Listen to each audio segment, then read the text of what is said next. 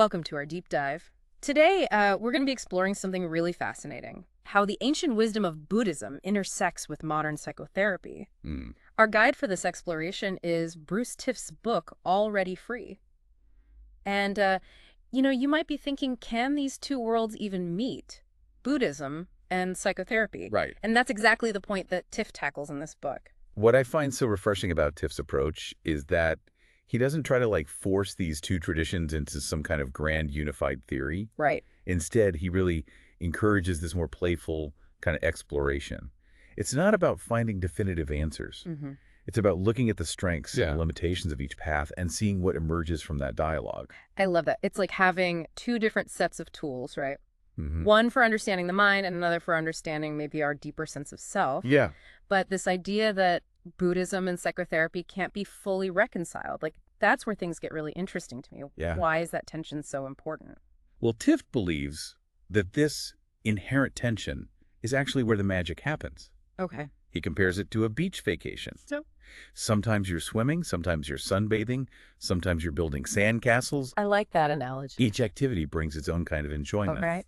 And the variety that makes the vacation so satisfying. Yeah. Okay, so no one-size-fits-all solution. Right.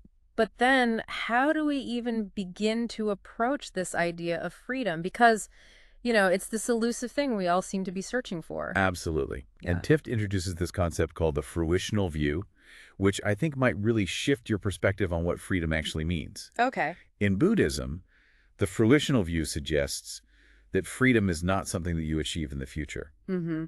It's available right here, right now. Wow. It's about seeing things differently rather than reaching some distant goal. So it's not about fixing ourselves, but changing our perspective. That's a pretty radical idea. It is. Especially, with all the self-improvement messages we're bombarded with these days. I know for me, I can be such a perfectionist, always striving for more. Mm-hmm. So this idea of freedom being present now is a real challenge for me personally. I can see how that would be a challenge. Yeah. And it's a challenge that Tift addresses head on in this book. He shares this story of Anna, a woman who seemingly has it all. A loving family, financial security, successful career. Mm-hmm. But she feels this persistent sense of deadness, like something's missing, even though she has everything she's quote-unquote supposed to want. Yeah, I think that feeling of emptiness is something that a lot of people can relate to. I can see why someone in Anna's position might try to find a quick fix, Right. some external thing to fill that void. Exactly. And many therapists might approach this from what's called the developmental view, meaning they'd try to understand Anna's feelings by looking at her past experiences, particularly from her childhood. Yeah. But Tift takes a different approach. He encourages Anna to actually lean into that feeling of deadness. Really? To explore it without judgment. That seems so counterintuitive. Why would you want to embrace an unwanted feeling like that? That's the paradox that Tift highlights.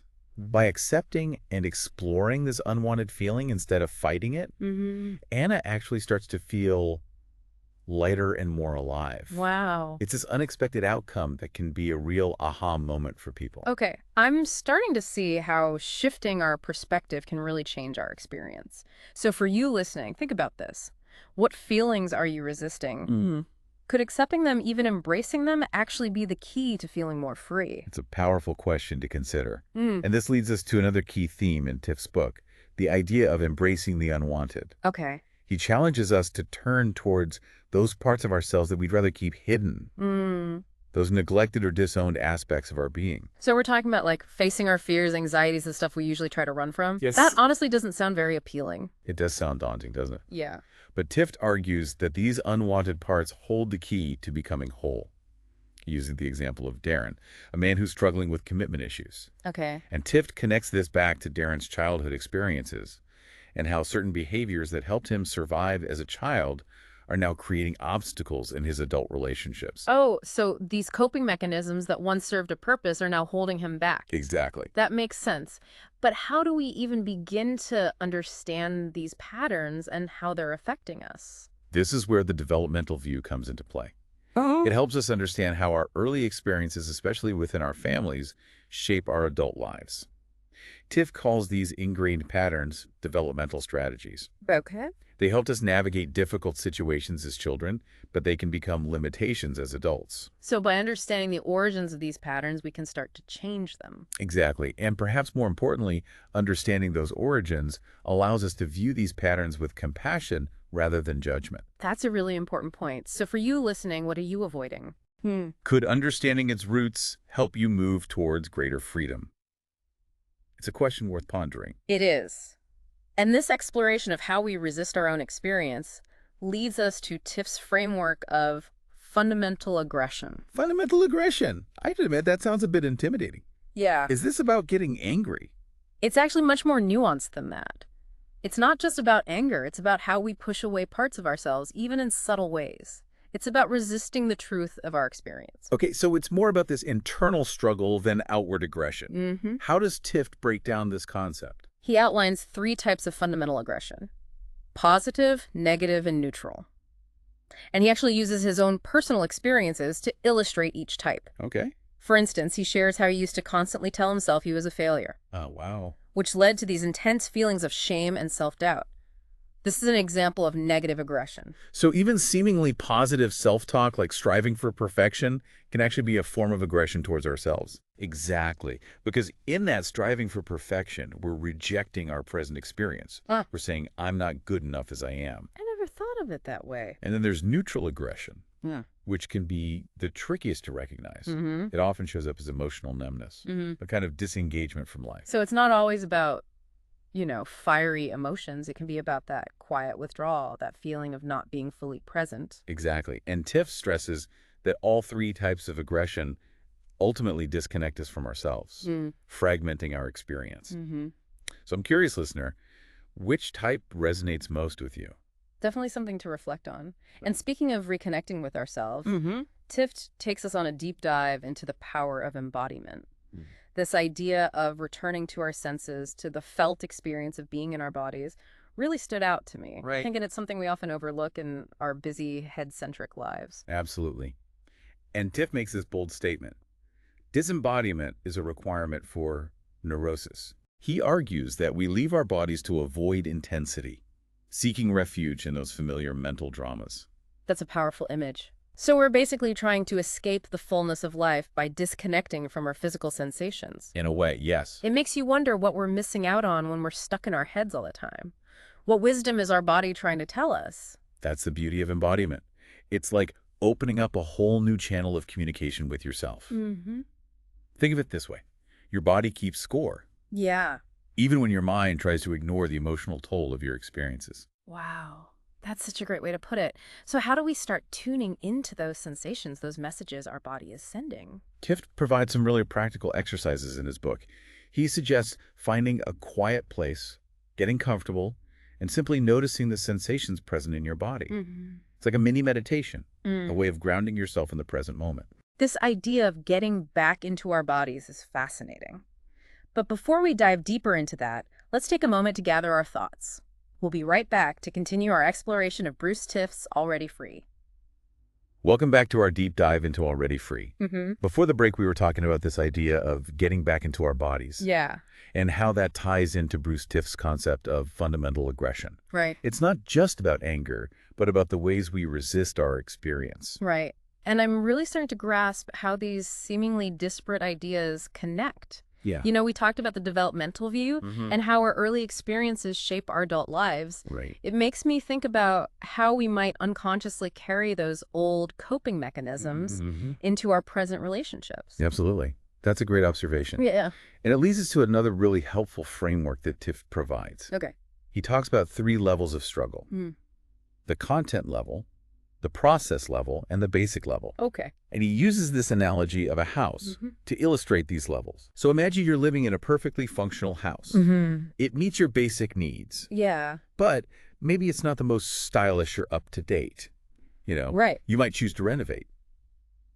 But it wouldn't be out of necessity. It would be out of a desire to enhance what's already there. So it's like saying, hey, my life is fundamentally okay, but there's always room for improvement. Exactly. It kind of takes the pressure off striving for some unattainable ideal, doesn't it? It does. And Tift emphasizes that accepting those limitations is actually a pathway to freedom. Okay.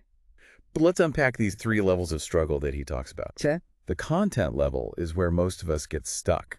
Mm-hmm. We focus on the what of our experience, the external circumstances or internal conflicts that we think are causing us problems. So it's like saying, if only I had a better job, a more fulfilling relationship, then I'd be happy. We get caught up in trying to change those external factors. Precisely. And Tift suggests that fixating on the content level often prevents us from addressing deeper issues. This is where the process level comes in. Mm-hmm. Instead of focusing on the what, we shift our attention to the how. We start to examine our patterns, our habitual reactions to challenges. So instead of trying to change the problem itself, we look at how we're relating to it. Exactly.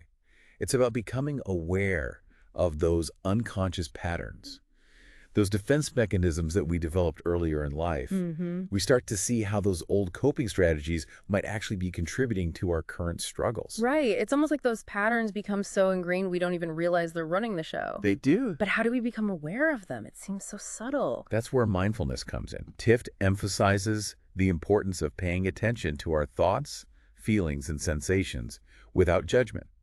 By observing those internal processes, we can start to identify those habitual patterns and understand how they're affecting us. So it's about creating some space between ourselves and our reactions? Yes. So we can make conscious choices instead of just reacting automatically. Exactly. Yeah. And this leads us to the most fundamental level of struggle, the basic level. Okay. This level is about our relationship to awareness itself, to the very nature of our being. It's about recognizing that our sense of self, that feeling of being a separate individual, is actually a construct. Okay. A story we tell ourselves. Okay, that sounds pretty abstract. It is. It's a big one. Can you give us a real-world example of what this looks like? Sure. Think about it this way. When we experience anxiety, we often identify with those anxious thoughts and feelings. We say, I am anxious. Right. But what if instead of merging with that anxiety, we simply notice those thoughts and feelings arising without getting swept away by them? So we're learning to observe those internal states without becoming them, without letting them define who we are. Exactly. And Tift suggests that this shift in perspective, this disentanglement from our thoughts and feelings, is the key to experiencing true freedom. Wow, this idea of the basic level of struggle is really challenging my assumptions about who I am and how I experience the world. It is a profound shift in perspective. And Tift offers specific practices to help us explore this basic level of struggle. Okay. He emphasizes mindfulness and embodiment practices, techniques for cultivating present-centered awareness. We talked about embodiment before the break, Mm-hmm. and I'm curious to dive a little deeper into that. Yeah. Can you explain how this practice can help us address these different levels of struggle? Absolutely. Embodiment is all about reconnecting with our bodies, bringing our awareness to those physical sensations that are always present. It's like anchoring ourselves in the here and now. Yeah. Tift provides a simple but powerful exercise in his book. Okay. Find a quiet place, get comfortable, and just notice the sensations in your body. What do you feel in your hands, your feet, your chest? Are there any areas of tension or tightness? Yeah. Any places that feel relaxed and open? It's almost like we're befriending our bodies, becoming more attuned to those subtle signals they're constantly sending us. Yes. You mentioned earlier that your body keeps score even when your mind tries to ignore things. It does. Oh, that. And by tuning into those sensations, we can start to access the wisdom of our bodies. We might notice that certain emotions trigger specific physical sensations. For instance, anxiety might show up as a tightness in the chest Right. or a knot in the stomach. Yeah. By becoming aware of those sensations, we can start to disentangle ourselves from the stories our minds are creating around those emotions. So instead of getting swept away by that feeling of anxiety, we can ground ourselves in those physical sensations. Exactly. It's like we're creating a space for those emotions to exist without letting them take over. Precisely. And as we cultivate this embodied awareness, we might start to notice something really interesting. What's that? Those core vulnerabilities, those emotional wounds that we've been carrying for so long, might start to loosen their grip on us. So it's not about erasing those wounds, but rather about changing our relationship to them. Precisely. And this can be challenging work. Yeah. But Tift emphasizes that it's a journey worth taking. He reminds us that we're not broken or damaged. We're simply human beings navigating the complexities of life. This idea of embodied awareness is so powerful. It is. And I'm eager to hear how Tift applies it to relationships. Yeah. Specifically, those unhealthy patterns we can get caught in. He dives deep into the concept of codependency, those dysfunctional dynamics that can create so much suffering in our intimate partnerships. Right. And what's fascinating is that Tift challenges the conventional view of codependency. In what way? He argues that it's not about labeling one person as the needy one and the other as the controlling one. Right. Instead, he sees codependency as a dance that two people participate in, each playing a role in perpetuating the dysfunctional dynamic. This codependency dance idea is intriguing. How can someone recognize if they're caught in this pattern, even if they feel like the victim? That's a great question. You might feel like you're constantly trying to please your partner or walking on eggshells to avoid conflict. Yeah. That underlying fear of being abandoned can drive a lot of codependent behaviors, Yeah. even if you feel like you're the one being mistreated. So even if you feel like you're always giving, always compromising, you could still be trapped in this codependent dance. Exactly. And Tift suggests that this dance often stems from a fear of intimacy, a deep-seated belief that we're not worthy of love and connection. So we end up pushing away the very thing we crave the most. Precisely. And those codependent patterns often manifest in predictable ways. He talks about the dynamic of one partner seeking connection, Okay. while the other seeks separation, each trying to get their needs met in ways that ultimately backfire. It's like their attempts to find love and security are actually driving them further apart. Exactly. And this brings us back to those developmental strategies we talked about earlier. Those ways of coping that we developed in childhood can play a significant role in our adult relationships. So we might be unconsciously recreating those early dynamics in our current relationships. That's a bit unsettling. It can be. But the good news is that by becoming aware of these patterns, we can start to change them. Okay. And Tift offers specific tools and practices to help us do this. Welcome back. We've been on quite a journey with Bruce Tift's Already Free, exploring these fascinating connections between Buddhism and psychotherapy.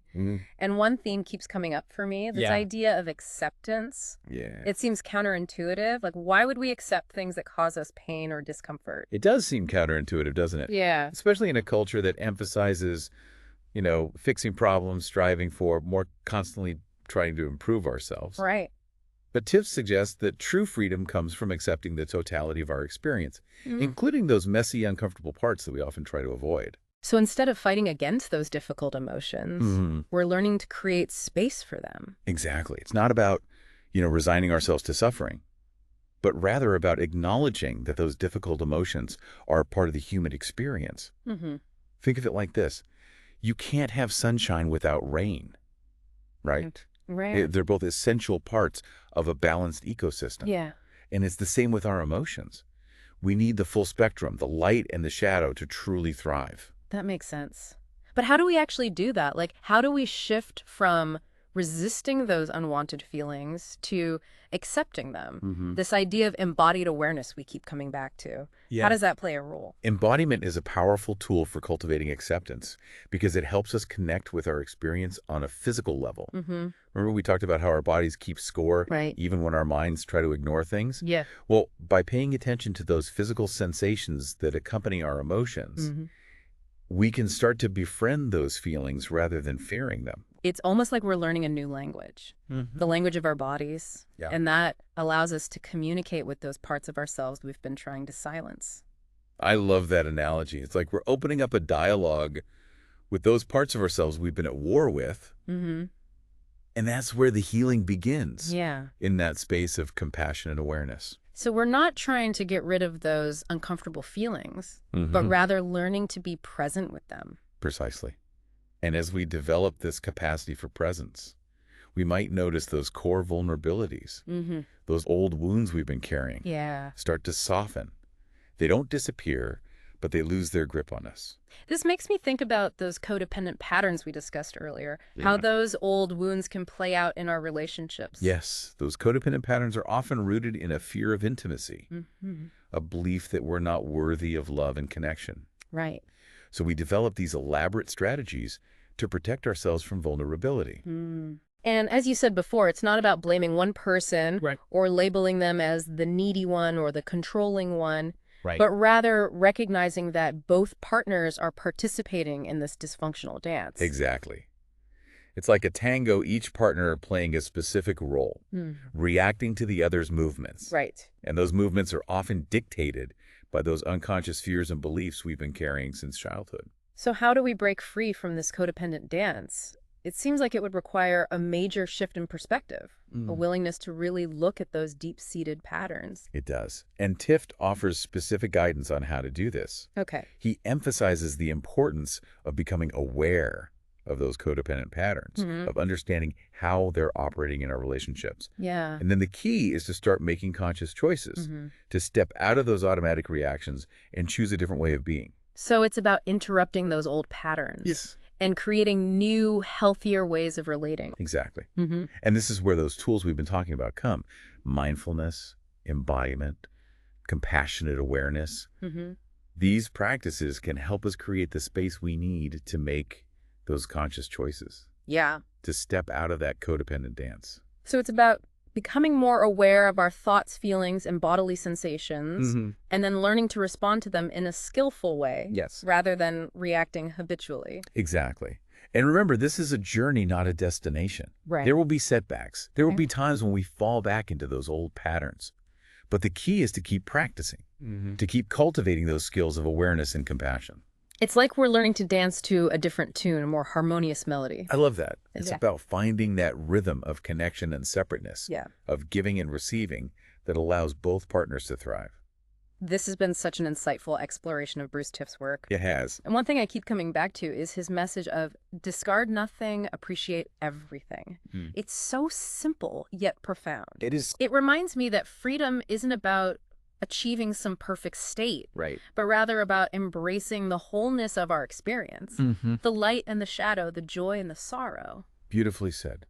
And Tift reminds us that even those difficult, uncomfortable experiences have something to teach us. They can be opportunities for growth, for deepening our compassion, for expanding our capacity for love. This idea that freedom is already present right here in this moment is a real game changer. It is. It challenges us to look for those moments of wakefulness, those glimpses of joy and connection, even amidst the messiness of everyday life. Absolutely. And those moments are always there waiting to be discovered if we're willing to open our eyes and our hearts to them. What a powerful message to end on. So for those of you listening, I encourage you to explore Bruce Tift's book, Already Free. It's a treasure trove of wisdom and practical guidance for anyone seeking a more authentic and fulfilling life. And as we wrap up this deep dive, we'll leave you with this question to ponder. What if freedom is not something you achieve, but something you uncover? What if it's already present within you, just waiting to be revealed? Thanks for joining us on this journey of exploration. We hope you found it insightful and inspiring. Until next time, keep diving deep, keep exploring, and keep seeking those moments of wakefulness, compassion, and freedom that are always available to us right here, right now.